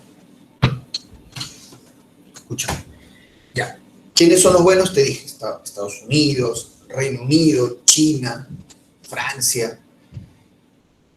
Y lo que nos debe llamar la atención es que Estados Unidos capitalista, ¿no? O liberal, Estados Unidos liberal, tiene como aliada a la Unión Soviética, que es socialista, ¿no? Entonces, ideológicamente son rivales, pero en este momento son aliados. Estados Unidos y la Unión Soviética son aliados porque tienen un enemigo en común que es el fascismo, Hitler, Mussolini. Entonces, se da una orden a nivel internacional que capitalistas y comunistas trabajen juntos, porque hay que estar unidos frente a esta amenaza que es el fascismo. Y esa orden llega acá a Latinoamérica y obviamente al Perú. Entonces, en el Perú, el presidente Manuel Prado, que ahorita vamos a ver, que era miembro de la oligarquía, dueño de un banco, o sea, más capitalista no podía haber, y te repito, miembro de la oligarquía, el presidente Manuel Prado, va a apoyarse en los comunistas, va a legalizar al APRA. Imagínate. Entonces, ¿no? Los comunistas, los apristas que eran perseguidos, ¿no? En el tercer militarismo, ahora con Prado, siendo Prado millonario, ahora los comunistas en el gobierno, los apristas han legalizado su partido, fundan su sindicato, ya no hay violencia, ya no hay asesinatos, primavera democrática. Pero ojo, mira el contexto de la primavera democrática, la Segunda Guerra Mundial. Y es una lástima, porque cuando termina la Segunda Guerra Mundial, poco a poco volveremos otra vez a la violencia política. Dios mío. O sea, el Perú se tranquiliza, el Perú se ordena, el Perú se une, no porque los peruanos querramos, porque sí podemos unirnos, pero no porque querramos, sino porque nos ordenan unirnos. Una lástima. Una lástima. Pero bueno, así ocurren las cosas. Vamos, ahí están los dos gobiernos de la primavera democrática. Manuel Prado, primer gobierno de Manuel Prado Ugarteche, y luego el gobierno de José Bustamante Rivero. Vamos con el primer gobierno de Manuel Prado Ugarteche, definitivamente. Ahí está. A ver. Manuel Prado, como te mencioné, era miembro de la oligarquía. Claro, miembro de la oligarquía, dueño del Banco Popular, dueño también de la empresa textil Santa Catalina. Él tenía su diario, él no compraba diario, él tenía su diario, La Crónica. Entonces, impresionante, ¿no? Pero millonario, ¿no? Sale elegido presidente el año 39. Claro. Y lo que debemos entender es que Manuel Prado, del año 39 al 45, coincide exactamente con la duración de la Segunda Guerra Mundial. Eso es lo que debemos entender. Coincide exactamente con la duración de la Segunda Guerra Mundial. Sucesos del primer mandato de Prado. Prado funda las llamadas corporaciones, que eran empresas del Estado. Corporación de Aviación Comercial, como vemos acá, Corpa. Corporación del Amazonas, para extraer el caucho.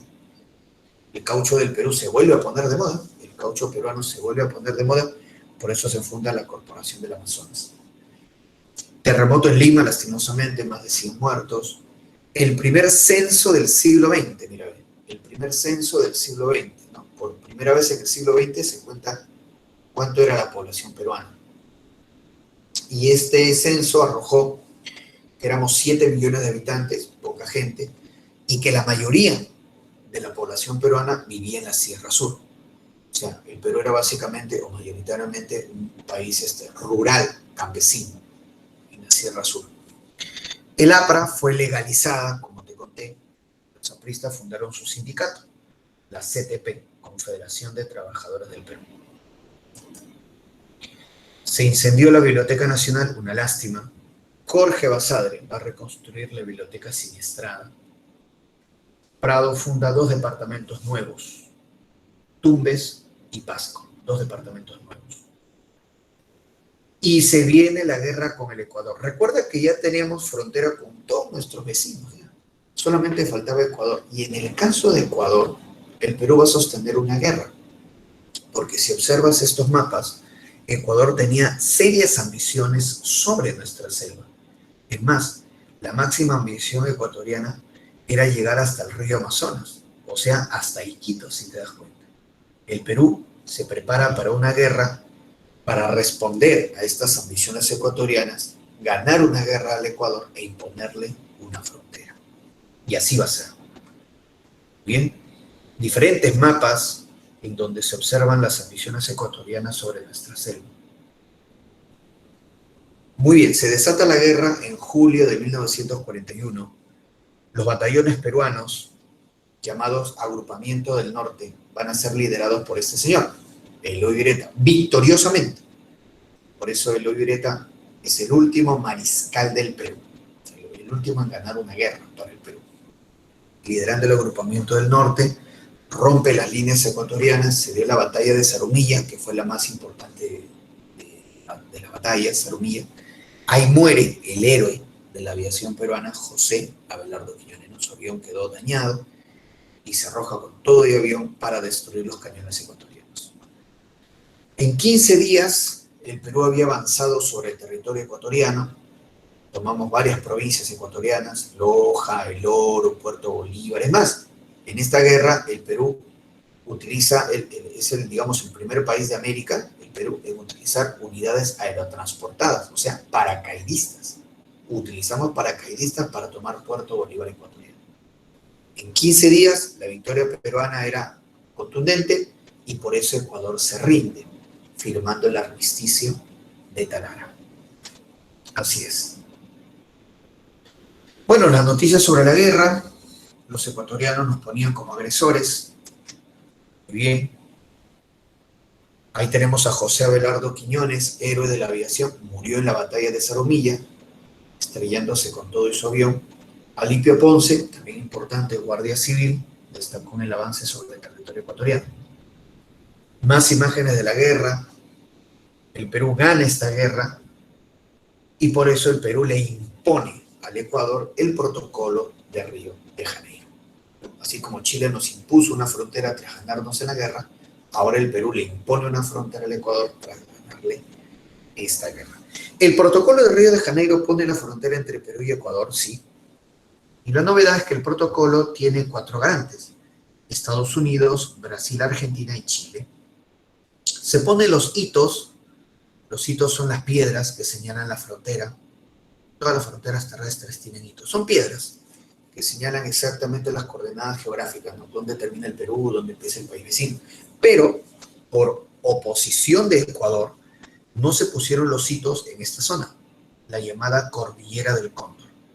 En esta zona no se pusieron los hitos, quedó prácticamente como frontera abierta, y por ahí, lastimosamente, décadas después, los ecuatorianos nos invaden, 2 veces nos invaden los ecuatorianos, generando 2 conflictos, pero eso fue décadas después, porque la Cordillera del Cóndor no llegó a tener hitos.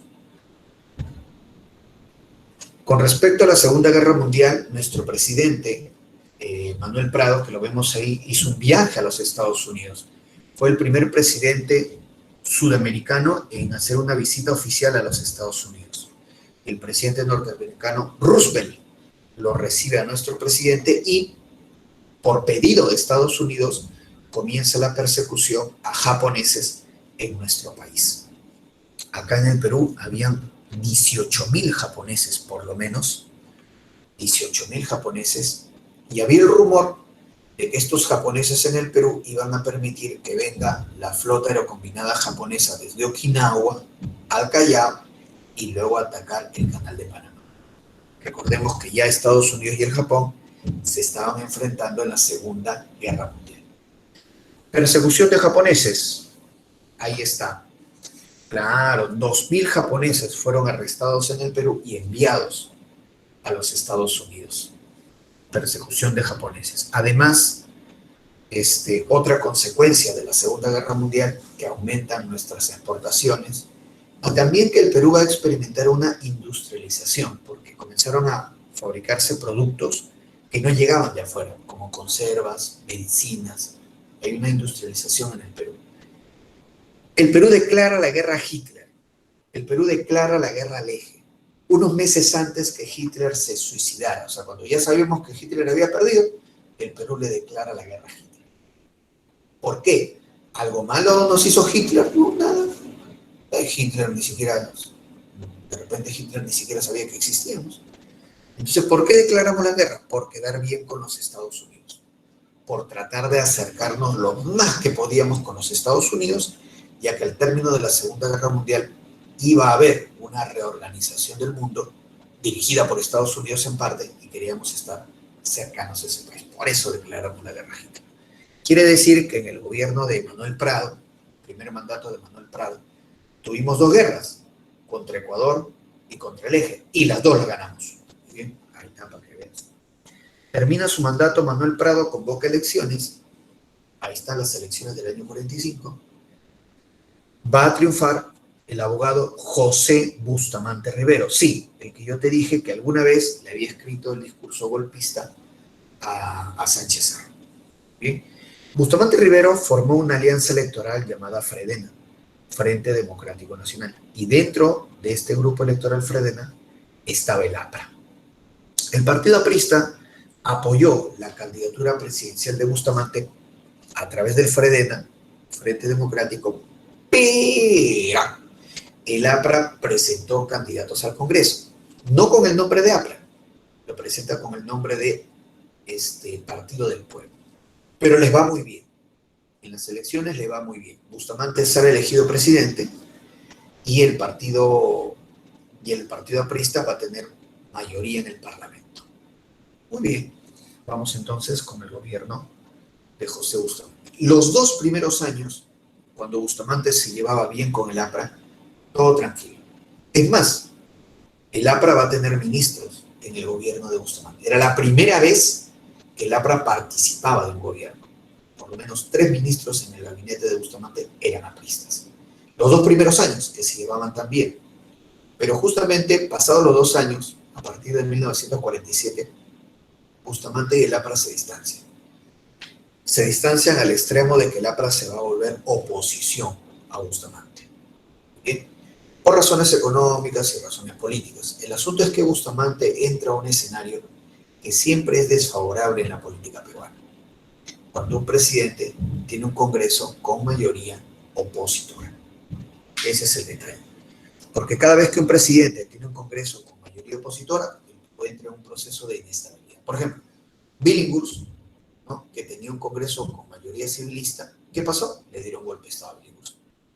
Y Bustamante, mientras fue aliado del APRA, que el APRA tenía mayoría en el Congreso, todo bien.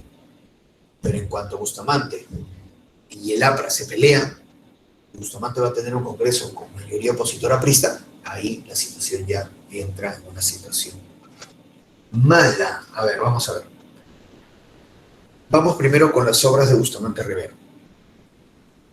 Bustamante fundó la Corporación de Turismo y la Corporación de Vivienda, que eran 2 entidades estatales. A través de la Corporación de Vivienda construye la unidad vecinal número 3, frente a San Marcos. Así es. Dio la ley del yanaconaje. Recuerda que los yanaconas eran los campesinos que trabajaban en la Sierra Sur, ¿no?, en las haciendas de los gamonales, y que el yanacona, por recibir una chacra, se sometía a la autoridad y el abuso del gamonal, que era dueño de la hacienda. Claro. La ley del yanaconaje buscaba modernizar esa relación laboral. O sea, la ley del yanaconaje indicaba que el yanacona, el campesino, si es que trabaja las tierras del hacendado, reciba un sueldo. O en tal caso, el yanacona pague un alquiler por las tierras que recibe del hacendado, ¿no? Convertir al yanacona en un trabajador asalariado, consciente de sus derechos y sus deberes. Esa era la idea de la ley del yanaconaje. Convertir al yanacona, que deje de ser un siervo prácticamente, y convertirlo en un obrero, un trabajador asalariado. Esa era la idea. Por eso la ley del yanaconaje prohibía el trabajo gratuito en las haciendas. Todos los trabajos deben ser remunerados y si recibes una tierra, pagar un alquiler, ¿no?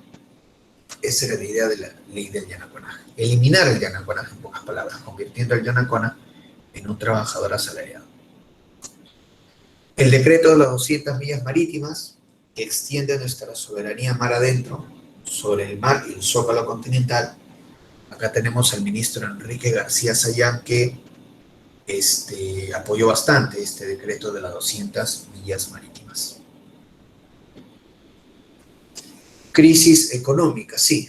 Había terminado la Segunda Guerra Mundial, porque recuerda que la Segunda Guerra Mundial coincide con el primer mandato de Manuel Prado. Ya con Bustamante ya se acabó la Segunda Guerra Mundial y bajan nuestras exportaciones. Entramos en una situación de crisis económica. Y ahí comienza la pelea con el APRA, porque Bustamante quería tomar medidas de austeridad y el Congreso aprista no quería. Tomar medidas de austeridad significaría caerle mal a la gente, perder el electorado. Bustamante quería tomar medidas de austeridad económica, pero el Parlamento aprista no quería. Comienza el distanciamiento. ¿Cuándo comienza la crisis? Cuando lastimosamente grupos apristas vuelven con la violencia. Un grupo de apristas asesina al dueño del diario La Prensa, Francisco Graña. Asesinan al dueño del diario La Prensa, Francisco Graña. Fallece, asesinado Francisco Graña. Bustamante retira los ministros apristas que tenía, que te conté, los retira, debido a este asesinato, retira los ministros apristas y el distanciamiento con el APRA cada vez va a ser mayor. Receso parlamentario, en 1947 el Congreso no llega a instalarse. Al no instalarse el Congreso, entonces Bustamante gobierna sin parlamento. La idea de que no haya parlamento era que el APRA no pueda hacer uso de su mayoría parlamentaria, ¿no? Al no haber Congreso. Pero al haber este receso parlamentario, entramos en una situación muy curiosa de un presidente sin Congreso. Pero eso es parte ya de la crisis, ¿no? Lastimosamente los apristas otra vez más violentos. Marineros apristas tomaron el Real Felipe en el Callao. El ejército recupera el Real Felipe, más de 100 muertos por esta rebelión aprista en el Callao.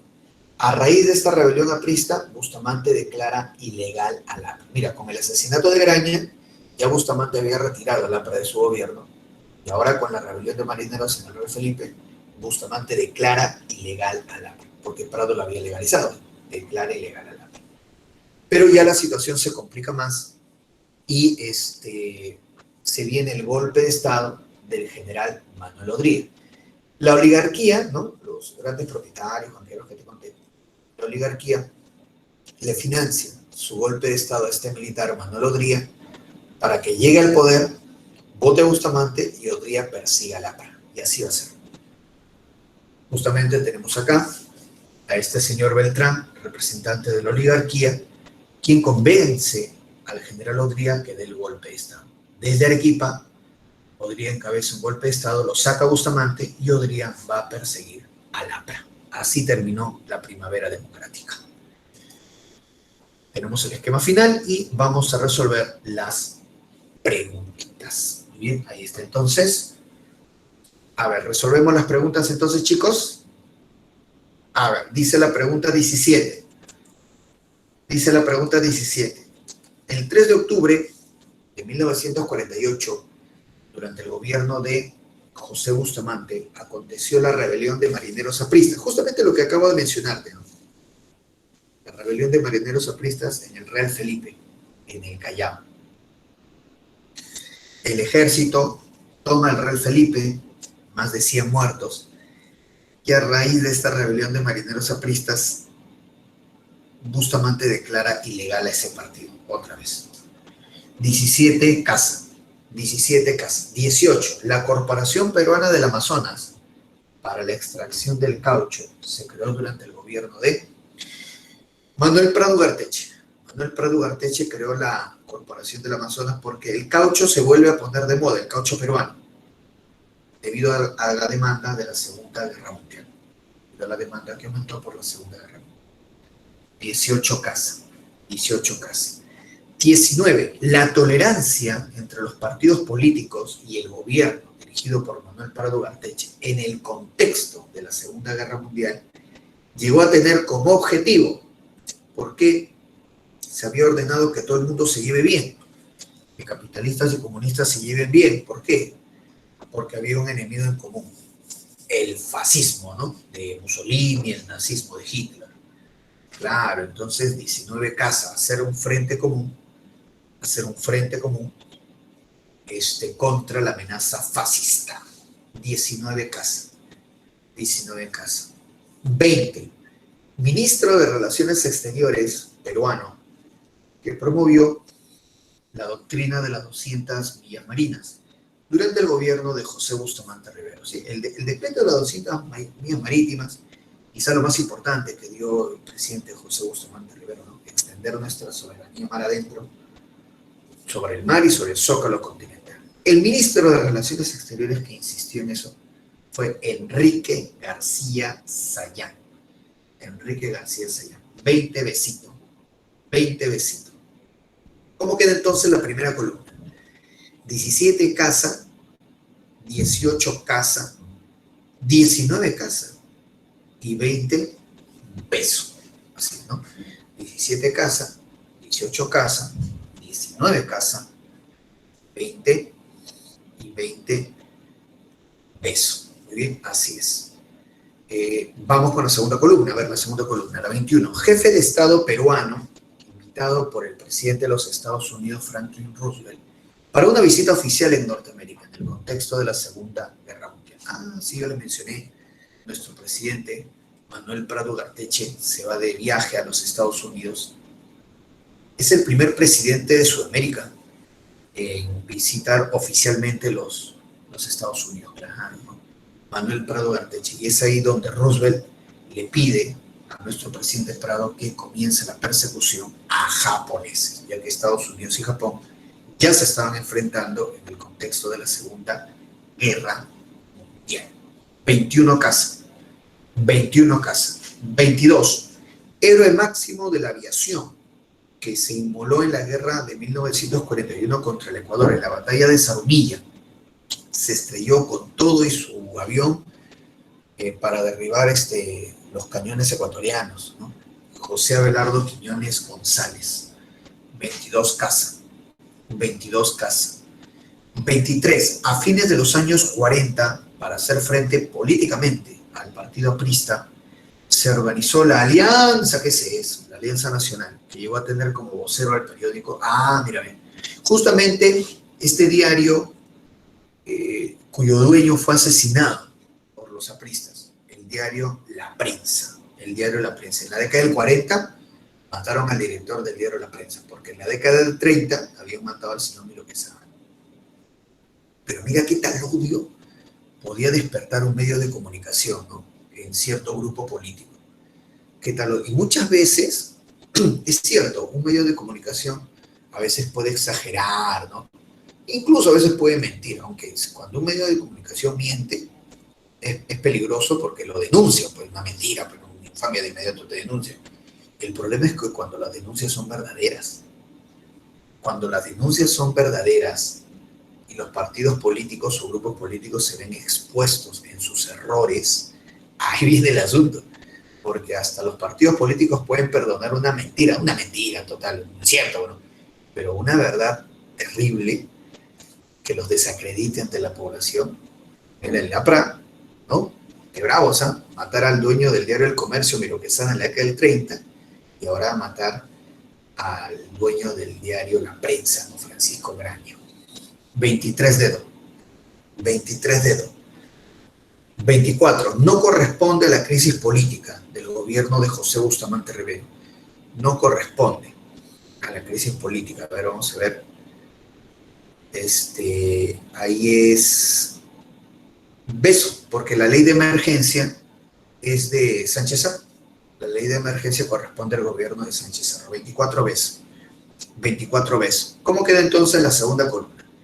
21 casa, 22 casa también, 23 dedo y 24 beso.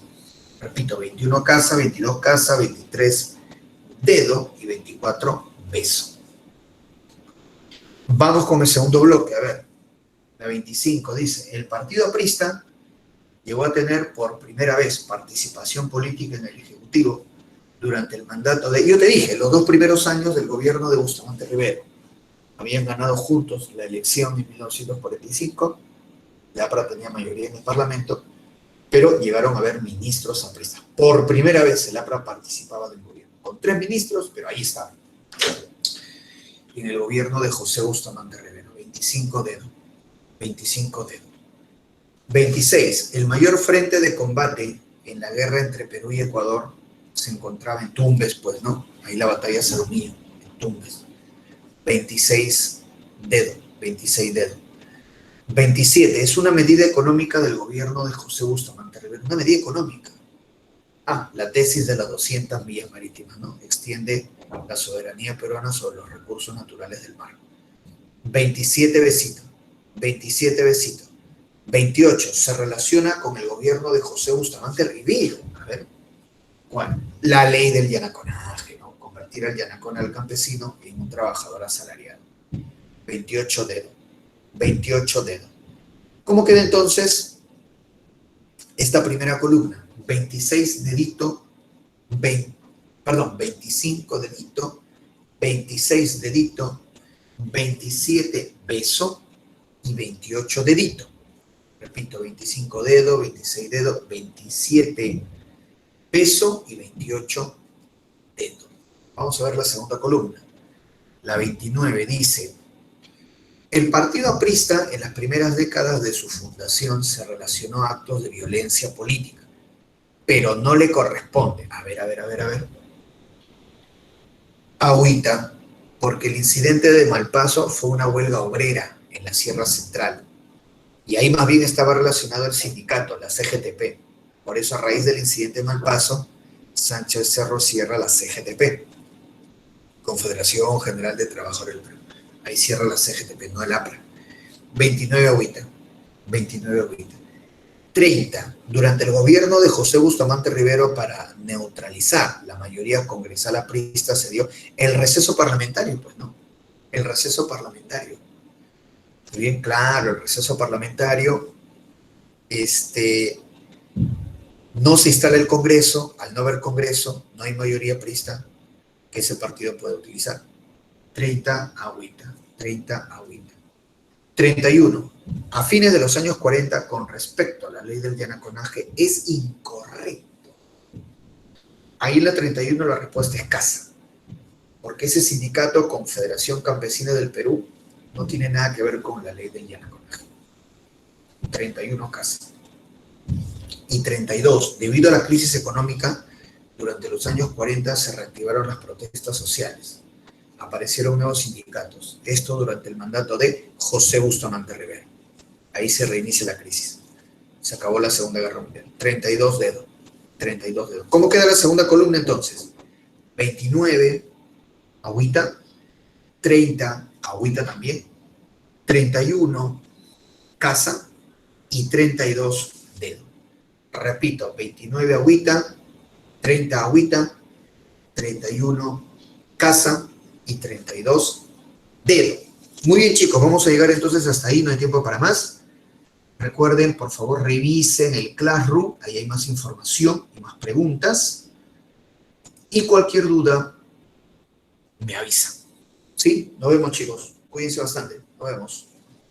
Hasta luego.